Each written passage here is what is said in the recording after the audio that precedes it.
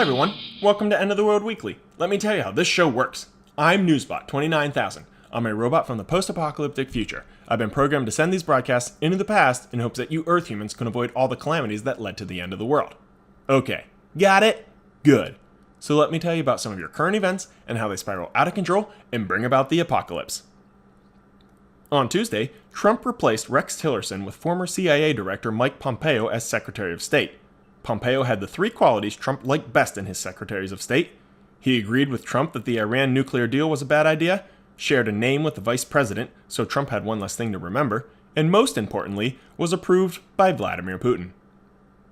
United Airlines had to apologize to a customer Monday night after a flight attendant stored the passenger's dog in the overhead bin during landing on a flight from Houston to LaGuardia.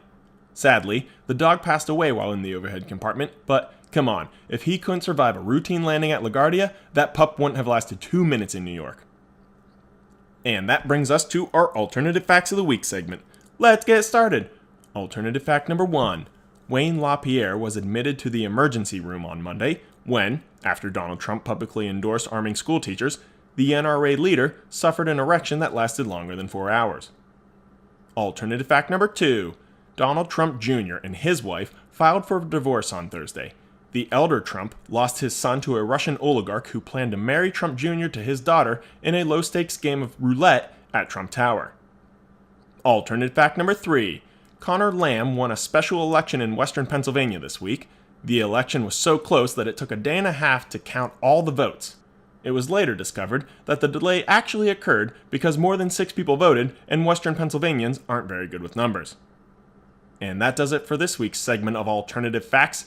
If you have any alternative facts you'd like to hear on the show, leave a comment below and we'll talk about them next week.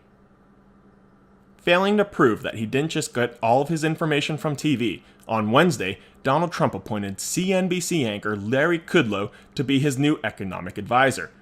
Kudlow's past experience in the Reagan White House Budget Office qualified him for the economic advisor role, and his conversion to Catholicism in the late 1990s qualified him for one get-out-of-hell-free card that Trump had hoped to steal and use for himself. Well, that does it for this episode of End of the World Weekly. Thanks for tuning in, and I hope you enjoyed. Be sure to tune in again next week when we'll have a brand new episode. Thanks again for watching. Bye.